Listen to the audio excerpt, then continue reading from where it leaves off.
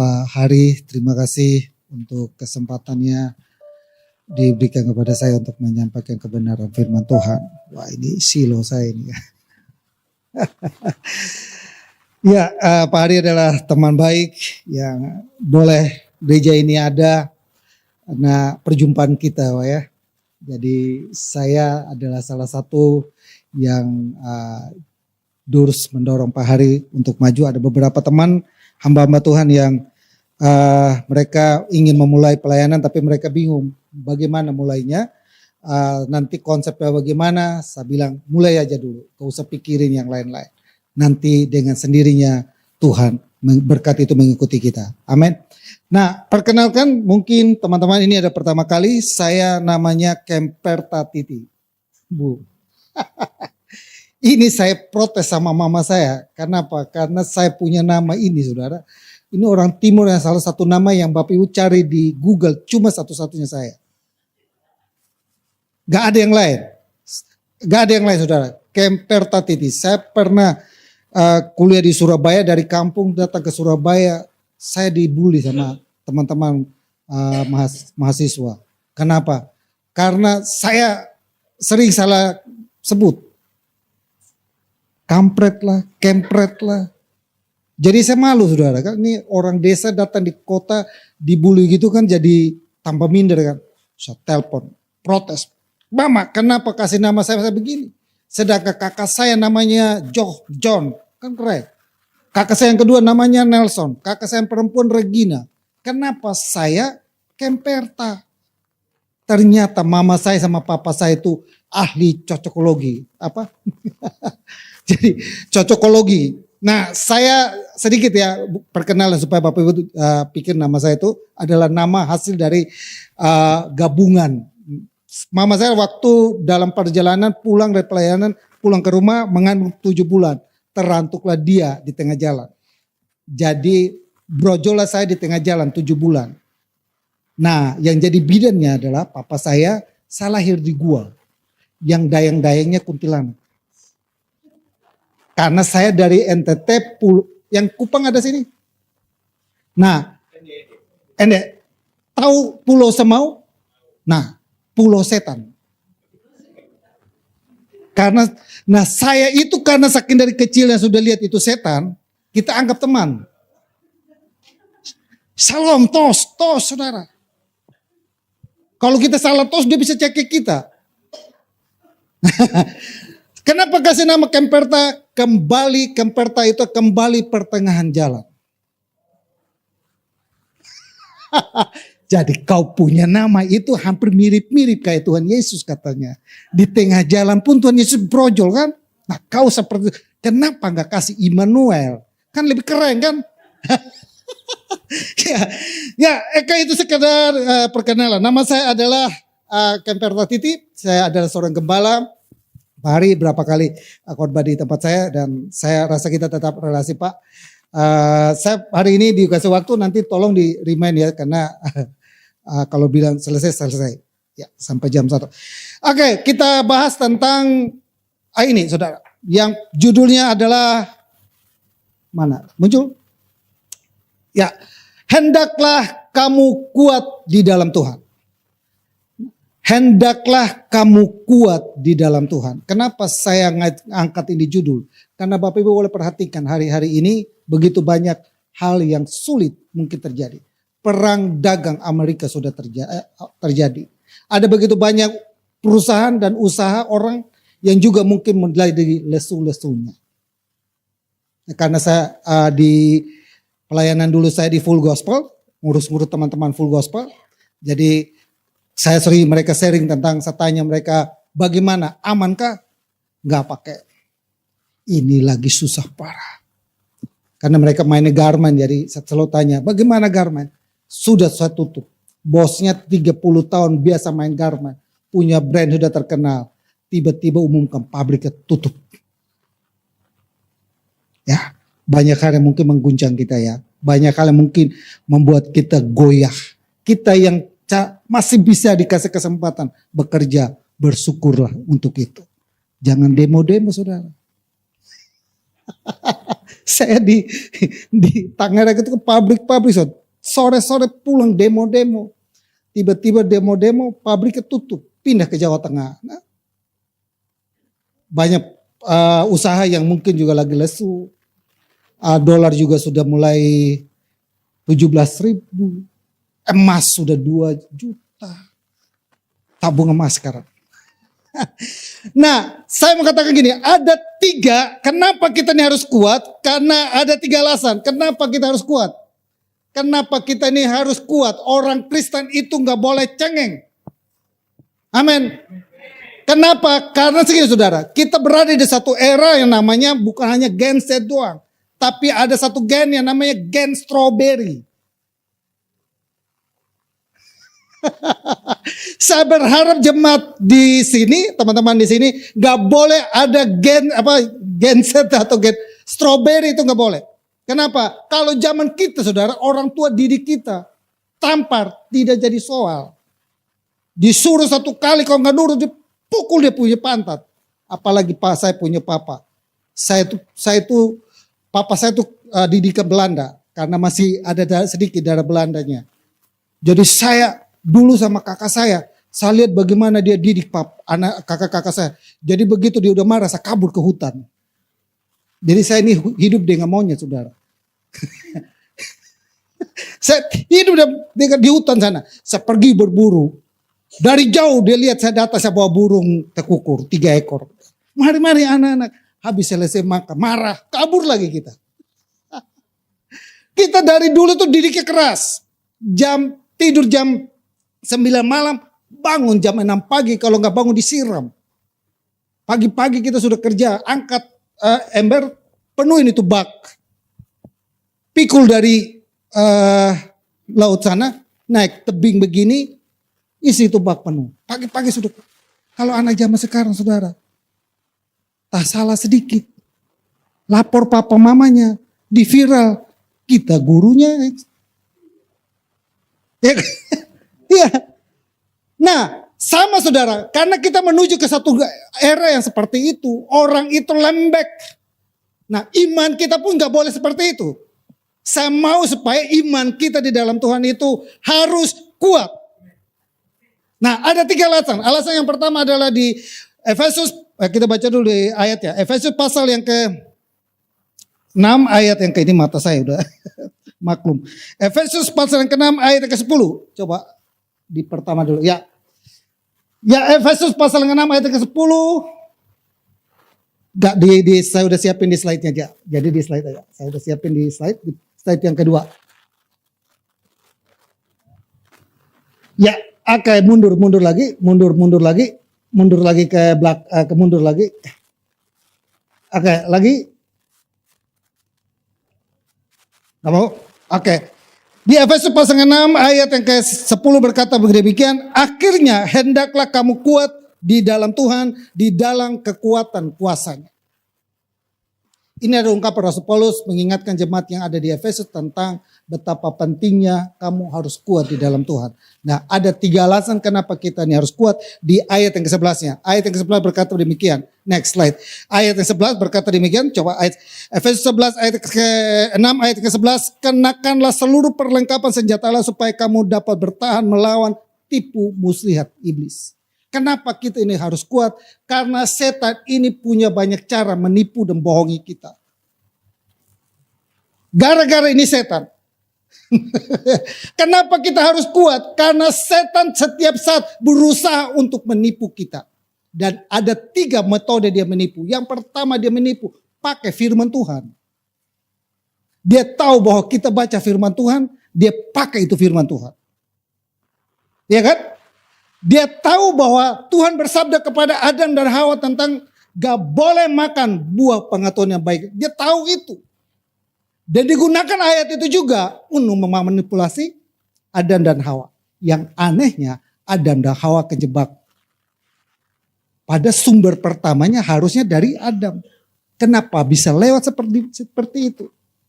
Oke, tipu muslihat iblis. Yang pertama dia menggunakan ayat Alkitab. Yang kedua dia juga menggunakan kekhawatiran dan ketakutan. Ya. Contoh ya, contoh kalau kita perhatikan seperti Ayub. Bapak Ibu jadi seperti Ayub, kira-kira takut apa enggak? Ya kan? Dia press Ayub sedemikian rupa. Dia izinkan masalah terjadi. Diizinkan apa lagi? Harta bendanya habis. Diizinkan apa lagi? Sakit penyakit. Nah Bapak Ibu kalau kita baca kitab Ayub, inti dari semua ujian itu tujuannya cuma satu. Tujuannya cuma satu. Membuat Ayub supaya Ayub berkata, Ayub menyangkal imannya. Itu intinya, sasarannya di situ. Dia mengizinkan sedemikian rupa supaya Ayub menyangkal imannya. Terbukti outputnya dari istrinya. Masih setiakah engkau dengan Tuhanmu? Kutukilah Allahmu dan matilah kau, aku kawin lagi. Gak ada di sini ya. Gak ada di sini ya. Kan Alkitab bilang gini, hanya maut yang bisa memisahkan ya. Kan ada istri bilang gitu kan sama suami istri. Pak Kem, ini kan Alkitab bilang hanya maut yang bisa memisahkan. Ini botak saya sudah doa-doain Pak Kem. Supaya cepat berlalu tapi tidak berlalu-lalu. Amin, gak boleh kayak gitu ya. Oke, yang kedua, cepat. Yang kedua di Efesus pasal 6 ayat yang ke-12. Efesus pasal yang ke-6 ayat yang ke-12 berkata demikian. Ya, oke. Muncul.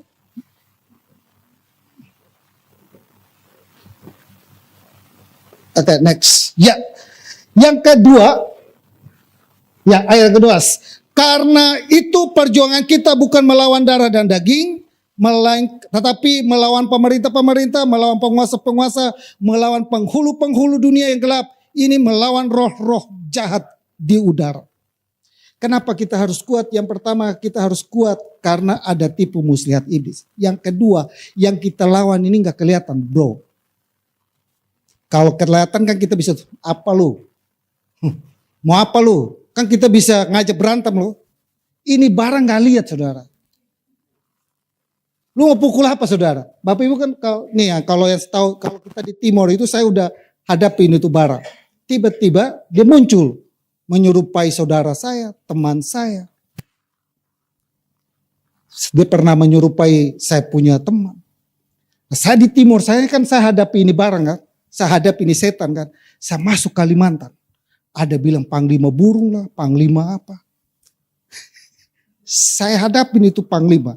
Satu kampung dia intimidasi satu kampung. Saya kebetulan ada di situ. Dia ternyata dia mabok, tapi dia udah ngancam-ngancam orang. Dia mau guna-gunain orang. Saya datangin dia. Apa ini? Ada apa ini? Gak ada apa-apa. Kenapa kau ribut-ribut? Tuhan tak ada, Tuhan tak ada. Oke, Tuhan tak ada. Hari ini kau mau aku doain kau supaya kau nyawanya dicabut. Oh jangan Pak. Jangan Pak. Saya nginjilin dia nggak terima Tuhan. Saya ajarin dia, enggak kami sudah punya dewata. Ya sudah selesai. Boleh enggak selesai sebelum 10 mau doa boleh enggak? Kan kita sudah nginjilin terima Tuhan dia nggak mau ya. Boleh enggak Pak saya mau doain? Oh boleh. Oh kesempatan. Ini anak baru lulus sekolah teologi ya. Masuk ke pedalaman Kalimantan. SP4. Air Durian, Kecamatan Air Durian. Semangat dong. Doa, saya doa dengan luar biasa. Tuhan, doakan. Selamatkanlah kedua orang ini saudara. Suami istri ini. Saya doa dengan luar biasa. Nah sementara saya doa dengan luar biasa saudara. Tiba-tiba saya merasa seperti anak panah yang menju ke sini. Kan saya lagi begini. Kan saya tutup mata. Kan anak orang teologi baru habis doa begitu kan kita diajarin tutup mata. Padahal kan di Alkitab enggak ada kan. Diwajibkan kita tutup mata kan. Berdoa dan berjaga-jaga.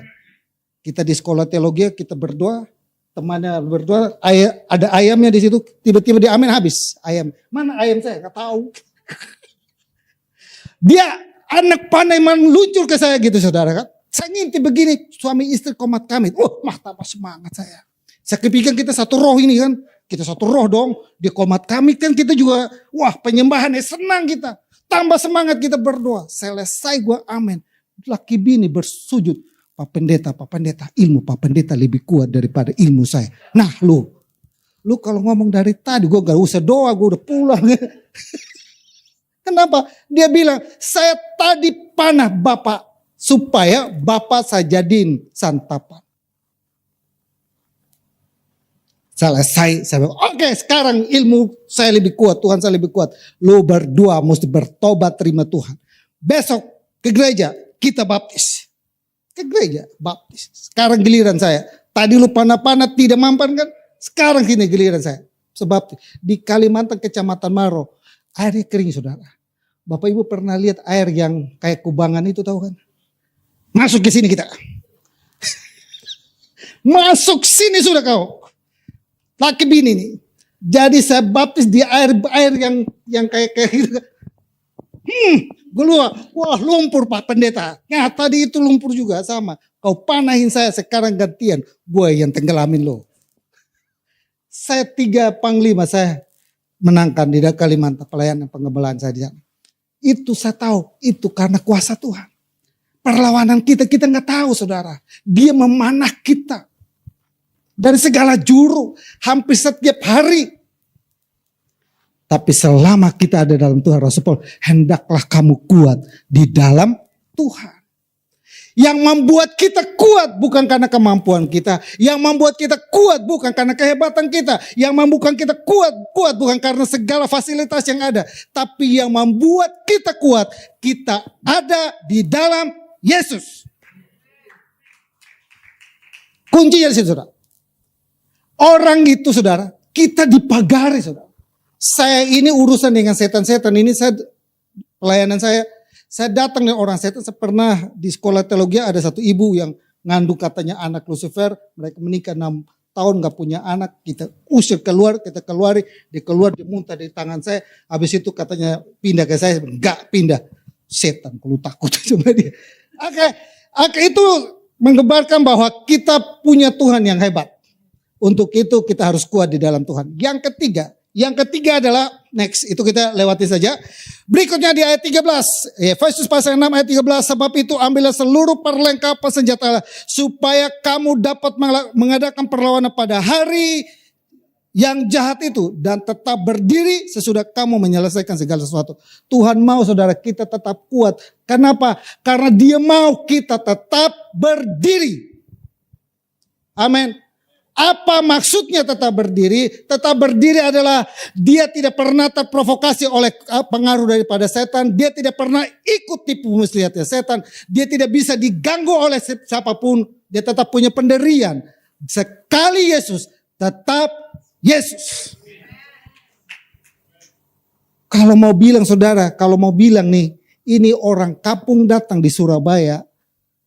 Biasa saya ngomong realis, saya biasa bergaul sama monyet saudara. Hidup hari saya kayak gitu. Lihatnya kan kayak gitu kan. Saya masuk ke sekolah di Kota Kupang. Kakak saya ini nipu saya. Saya masuk sekolah harusnya STM, tapi kakak saya bilang gini, Adi lu jangan di STM. Lu di sekolah dulu itu namanya PGA, perguruan guru agama. Pendidikan guru agama. Itu di tengah-tengah kota. Di kiri kanan itu gedung-gedung semua dan itu lingkungannya memang itu orang Chinese semua. Adi lu di sini saja, ini orang Cina semua. Senang dong. Senang saudara. Jadi orang Chinese semua kan, jadi kita senang dong.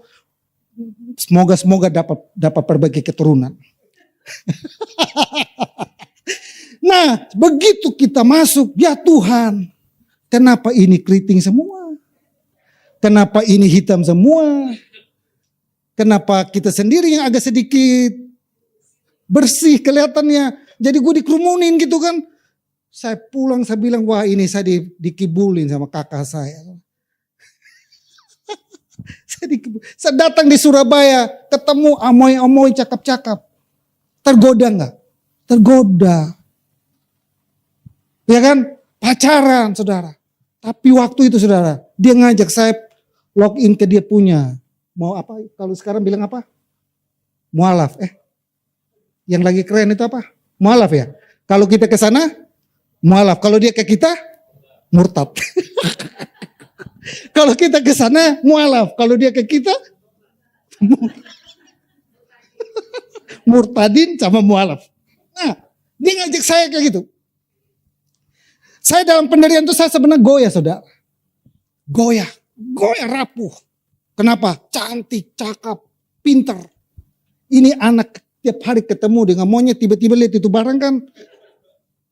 Siapa? Cowok saudara, cowok normal saudara.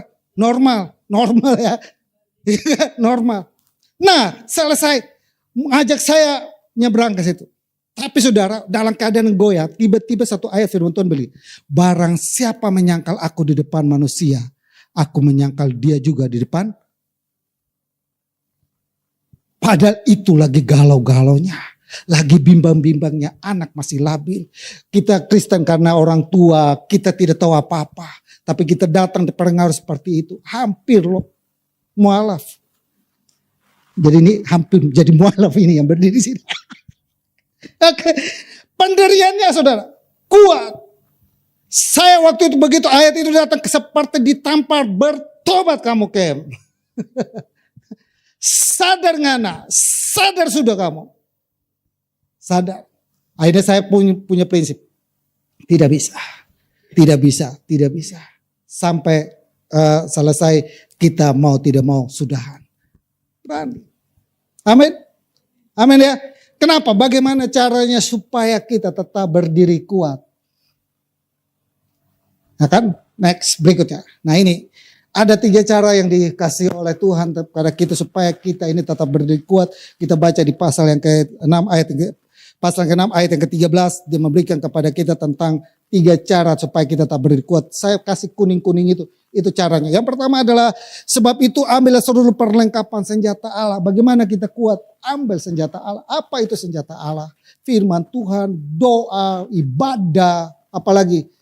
Kalau kita tidak pernah beribadah, kita tidak membaca firman Tuhan, kita tidak pernah hubungan kita dengan Tuhan tidak baik, gampang kita goyah iman ini. Yang kedua adalah mengadakan perlawanan. Yakobus pasal yang keempat ayat yang ke-7-8. Karena itu tunduklah kepada iblis, tunduklah kepada Allah.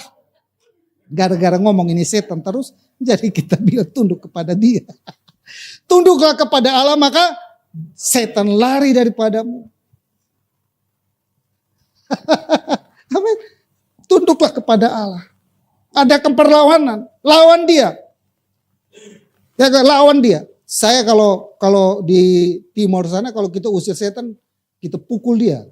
Lu keluar tidak? Kalau lu nggak keluar, gue yang keluar. Keluar tidak? Lu nggak keluar, gue keluar. Nah, satu saat kita di sekolah teologi ya, teman-teman, ada satu ibu-ibu yang kita udah doain dia hampir 3 bulan, gak keluar-keluar. Teman saya di pelayanan dulu timur juga, orang Sabu, tahu orang Sabu ya? Sabu Raja, hitam-hitam, mata merah. Kalau orang Sabu kalau hitam mata merah itu mabok, tukang mabok. Dia mau datang, dia mau doain. Hei setan! Lalu setan bilang gini, ibu itu bilang, kau jelek, kau hitam, kau mata merah, kenapa kau datang usir saya? Tidak mau, tidak bisa, kau harus keluar. Tidak bisa, kau jelek, kau tidak bisa usir saya. Dia bisa gitu sudah. Lalu ada datang teman-teman, ada di kelas, usir, pergi. Tidak mau pergi. Saya mau pergi, tapi saya kasih satu pertanyaan, kalau kalian bisa jawab, saya pergi. Wih, keren dong. Setan diajak ngobrol gitu. Pertanyaannya gitu kan. Ngajak ngobrol. Oke, pendeta nih, sekolah pendeta. Jadi tahu ayat dong, sekolah pendeta kan tahu ayat. Oke, kalau begitu. Apa pertanyaanmu? Kalian bisa tidak jawab? Bisa. Semua anak-anak itu bilang bisa. Gue bilang, lu masuk dalam dia punya jebakan. Lu masuk dia punya jebakan. Lu gak usah toleransi dia. Usah dia keluar, gak usah komunikasi dengan dia. Mereka coba masuk dalam dia pun jebakan. Saya mau tanya kepada kalian. Kalau kalian bisa jawab, saya keluar dari orang ini. Kalau kalian tidak bisa jawab, kalian yang keluar. Ya karena kita kurung dia satu ruangan itu kan kita doain dia. Jadi kalau kalian tidak bisa jawab, kalian yang keluar. Bukan aku yang keluar. Tapi kalau kalian bisa jawab, aku keluar dari tubuh ini. Apa pertanyaanmu? Berapa jumlah pendeta di kota ini? Mampus kan?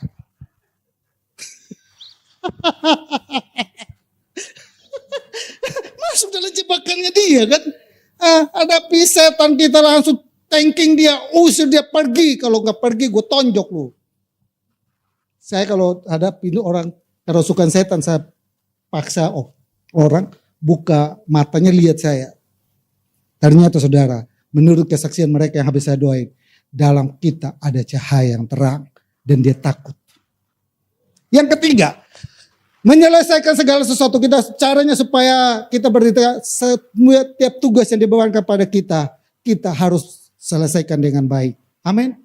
Karena itu yang membuat kita berdiri tegak. Setan tidak punya alasan untuk menghakimi kita bahwa dia belum selesai urusannya dia masa lalunya dia. Dia belum selesai dengan dosanya dia. Setan bisa menghakimi kita. Tapi kita selesaikan. Tuhan, saya sudah tebus saya hidup berkemenangan di dalam Tuhan. Amin. Akhirnya hendaklah kita kuat di dalam Tuhan. Tuhan Yesus memberkati.